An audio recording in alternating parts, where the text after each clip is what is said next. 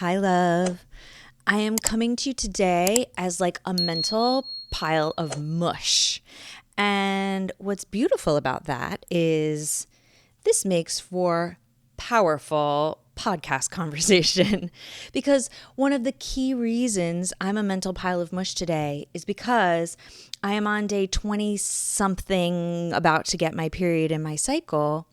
And from everything that I've been learning, especially from Dr. Mindy Pelz lately, I will link her in the show notes, is that in the week before my period, I am always going to be a mental, emotional, physical pile of mush. Now, does that mean that I'm not a capable woman this particular week? No, that's not what that means. But it does mean that I need different things and that how I show up is going to look different this week than it would in other weeks of my cycle. And the more that I can hear that from my mind body and listen to it and attend to it, the better I'm going to feel and the better I'm going to perform. So let's talk about what that has to do with where you are in your life and this crisis called divorce. Now, the topic here, the title, this idea that you're not crazy, meaning so much of how you feel in a given day has very real underpinnings in your mental, emotional, and physical existence that needs to be looked at. And because you feel crazy is because somewhere in our societal constructs, your needs have been minimized or denied or distracted from or not facilitated well. And that is real. And so then we ask ourselves, like, does everybody feel this way? Well, how does everybody else cope with it then? And all of these really big questions. But how can we, in a really helpful, concrete way, shift out of this I feel crazy largely because you're trying too hard to be a good girl in a way that does not serve your individual mental, emotional, and physical needs. Now, raise your hand if you can relate to having this really strong, like almost Herculean size drive to be a good girl. Like, this is one of the things I have been working to unprogram for years. And when that is the primary programming that we're coming from mentally and emotionally, right? Our deep-rooted, deeply held belief is I need to be a good girl. I need to be perfect. I can't express or show my needs or emotions. There's so much suppressed and repressed need in there that we end up feeling boatloads of resentment, suppressed rage, and we are damaging our cellular health at a physical level.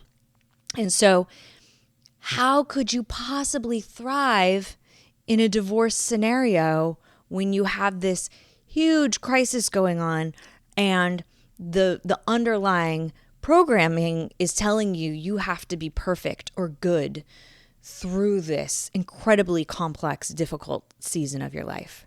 They just don't square, love. And so if you are feeling on the verge of collapse at every given moment, not just a handful of given moments, know that this conversation is for you. And also, this conversation is probably not going to be as tidy or maybe as clear. I might be a little rambly or go off on, I don't know, because I can tell you that that's how it feels for me mentally. Normally, I can kind of see the layers and I have a structure when I sit down to record, and today's just not one of those days, but I'm here to normalize for me, for you, for us, that how I perform this week is not going to be the same as how I would perform next week. And that needs to become more and more and more okay to relieve so much of the pressure we feel to quote unquote get it right all the time. Because the truth is that getting it right in this context is attending to my needs, is attending to your needs, love. And just because there are many places in our societal structure that does not appear invested in attending to your needs, love, does not mean that your needs don't matter and that you're not worth it. What it means is you have to become willing to claim your needs and attending to them, regardless of what the other people say, do, think, feel, or believe. Right? Now, this conversation is a growing conversation on the internet, which I love. And I mentioned Dr. Mindy Pelz in the very opening sentences, and she is someone who studies women, hormones, and fasting, which is just mind-blowing. And like, I'm deep in her world right now, and it is absolutely unlocking like new levels of understanding of who I am and how my body functions and how magical it is. So highly recommend. I'm going to pitch her to come on the pod. Yeah. But I have her YouTube channel linked in the show notes here, right? So Dr. Mindy is teaching me that my body is designed and programmed to know exactly what to do and how to heal itself. And all we have to do is hack into our body's natural programming. Now, fun fact, your 9-to-5 job or your parental responsibilities or the way your ex co-parents may not support your body's innate needs and its innate programming. And so then when we get sick and then when we feel under-supported, or in fact, we are under-supported, and our bodies start breaking down and we lose our mental toughness and we lose our emotional regulation skills, and we say like, what is wrong with me? You're with me, right? You've felt all of this that I'm saying? What's actually wrong is that we've been so disconnected from the truth of how our mind-body functions. And so, you know, for me to tell you, your body has all the programming, and you know, for you to just organize your life in this particular way, to hack into this particular intuitive, built-in healing process, if I told you that that would shorten your divorce recovery, if it would relieve many of your physical illnesses, if it would allow you to be less triggered by your ex and to tap into love and to, you know, manage your mental health, like that's a no-brainer, right? And so we're not going to dive deep into all of that science today because I just don't have it like that. But what I want you to know is that it's out there. And here I'm going to give you some tools to start digging in there, right? So, good girls. Oh my goodness, you've been doing such a good job of being a good girl for so long. And what we were taught, and I get to say we because we were generally raised in what we would call a patriarchal society. And all I mean by that, and this is not men bashing, I love men. Men are so important, right? It's just that our society has been organized around what works for men, not what works for women. That's all I mean by patriarchal, right? Is that our leadership and organization at our highest forms of religion and government and education and whatnot are just oriented around what works best for men.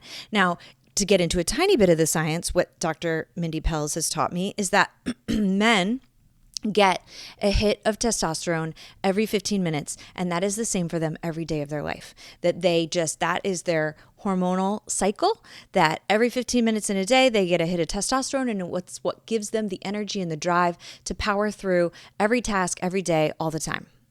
Now, women, on the other hand, we are driving 3 different sex hormones, and it shows up different at different phases in our 25 to 32 day cycle. And so any given day or week is going to be radically different for us. But life isn't organized around that, right? Your boss doesn't say, oh, it's the week before your cycle. Take it easier this week. But next week, when you're way more high energy, do a little extra, right? Like that's not how your life is organized. That's not how medicine is organized. It's not how education is organized. It's not how parenting is, right? It's just not how it's organized. And so when we start to see the implications of that, it means that there are a lot of days that women are just sucking it up. And we're not able to just suck it up long term without consequences at a cellular level and at a relationship level. And so what we were taught was be a good girl and ignore the truth of your biological programming. Ouch. Like, ouch. And so many of us were such good girls for so long that at some point, if you're anything like me, and it's okay if you're not, that you're like, WTF? I was such a good girl. Why is my life in a dumpster fire? I did everything you told me to do, give or take, and it's not working. I worked hard. I was a good person. I loved people hard. What is the actual problem?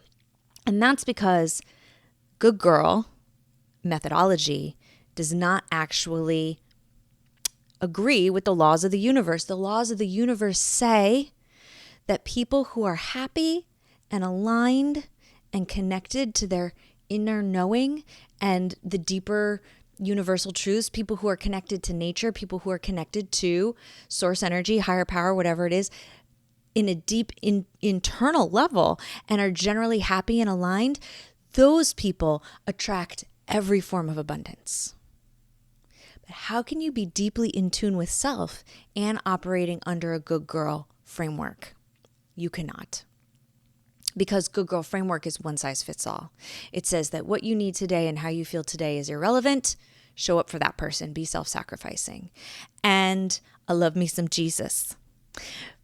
However, Jesus never told you you had to self-sacrifice to the point of damaging your own cellular health. That is not what he wanted. He taught grace, and he taught radical self-love, and he taught that he was willing to die in order to provide you grace. So love, you are so worth it. And it is true that a lot of the established expectations of our current society do not fit with your individual needs. And it is an exciting time because this conversation is happening. Like, there have been people who have known this for centuries, but the conversation wasn't even an option, right? Now the conversation is happening. And in fact, I found Dr. Mindy Pelz on a podcast episode from a different male doctor who read the book, has a 10-year-old daughter, and wants to understand all of this so that as he parents his young daughter, he can parent in a way that is intuitive for her. Like, so can we just take a moment to appreciate how that is this is a very different time where this conversation has space. And the space that this conversation has right now is coming as a result of the inclusivity culture dialogue, which can be really annoying, right? We've all seen the inclusivity culture kind of swing too far one way, but what we know about that inclusivity dialogue is that it has opened the door for all of these conversations. And then we get to individually sift and sort what truly works at a deep mental, emotional, spiritual, cellular level for each of us and what doesn't.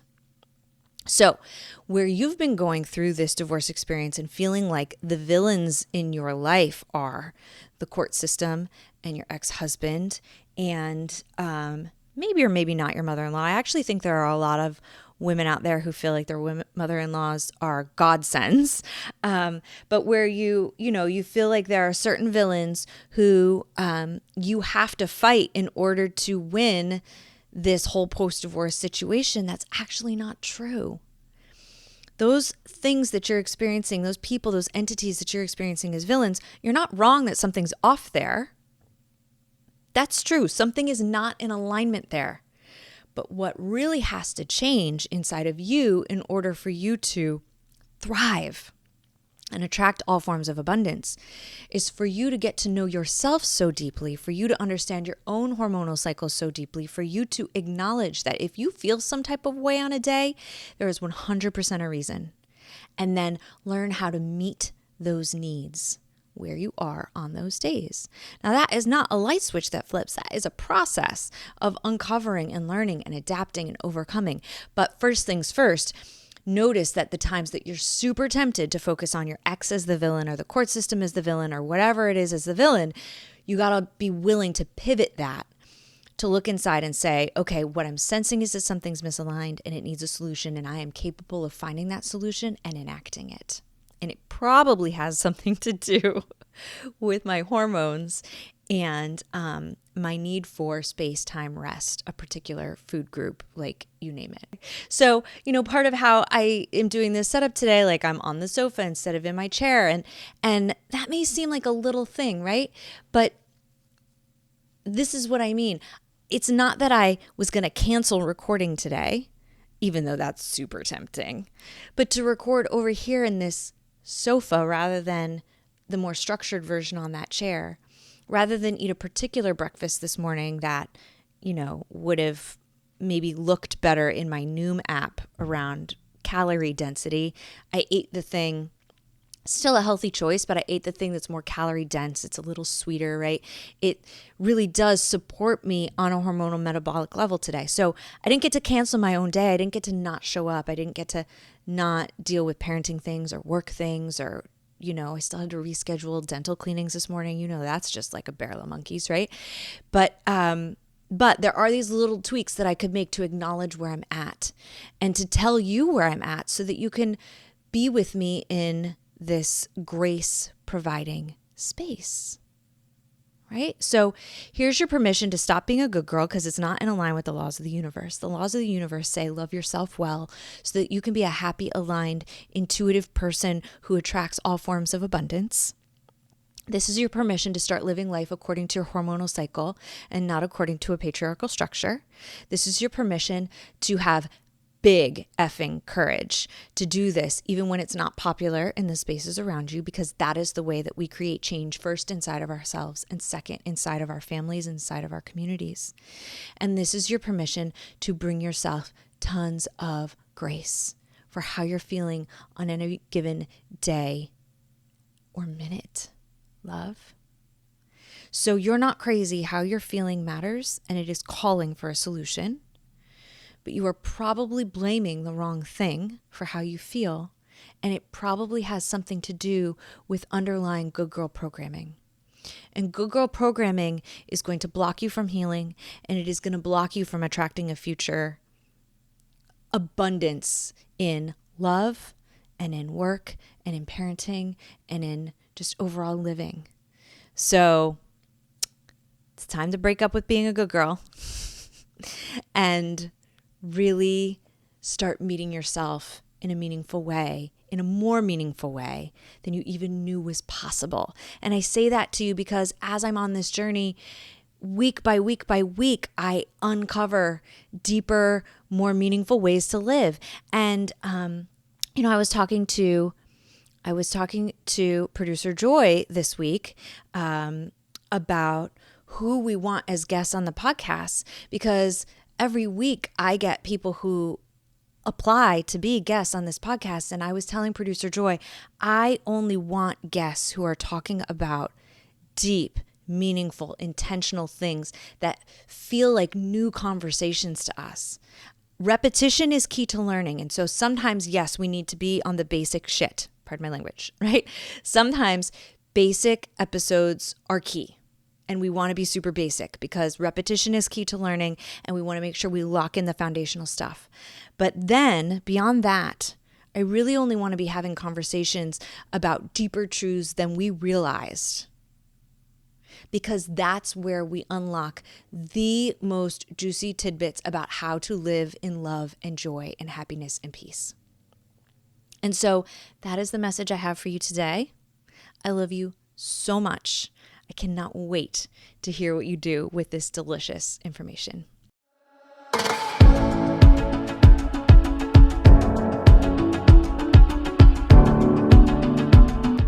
Dear Divorce Diary is a podcast by My Coach Dawn. You can find more at mycoachdawn.com.